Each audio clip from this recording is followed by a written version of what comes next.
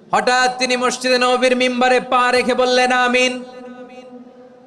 দ্বিতীয় ধাপে পা রেখে বললেন আমিন। তৃতীয় ধাপে পা রেখে বললেন আমিন। সাহাবারা অবাক হয়ে বললেন, ইয়া রাসূলুল্লাহ, ইয়া হাবিবাল্লাহ, তিনবার শুধু আমিন আমিন পড়লেন, কেন পড়লেন আমরা কিছু জানি না, আমাদেরকে জানিয়ে দেন কেন আপনি তিনবার আমিন বললেন।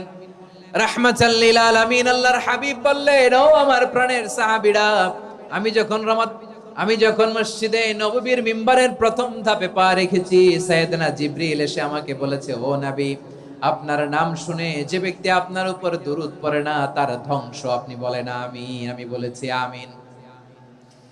দ্বিতীয় ধাপে পা রাখার পর সাইয়েদনা জিবরিল বললেন, ইয়া রাসূলুল্লাহ, মাতা পিতাকে বার্ধক্য অবস্থায় পেয়ে তাদের সেবা করে, তাদের সাথে সদাচরণ করে যে সন্তান জান্নাত কামাতে পারলো না, তার জন্য ধ্বংস। আপনি বলেন আমিন। আমি বলেছি আমিন।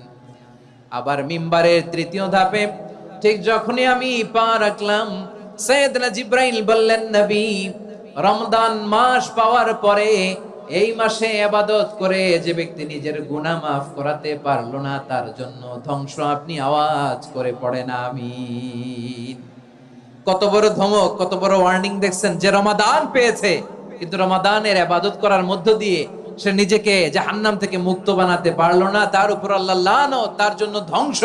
সাইয়েদনা জিবরাইল বলেছেন আমিন, স্বয়ং বিশ্বনবীও বলেছেন আমিন। আওয়াজ করে পড়েন নাউযুবিল্লাহ।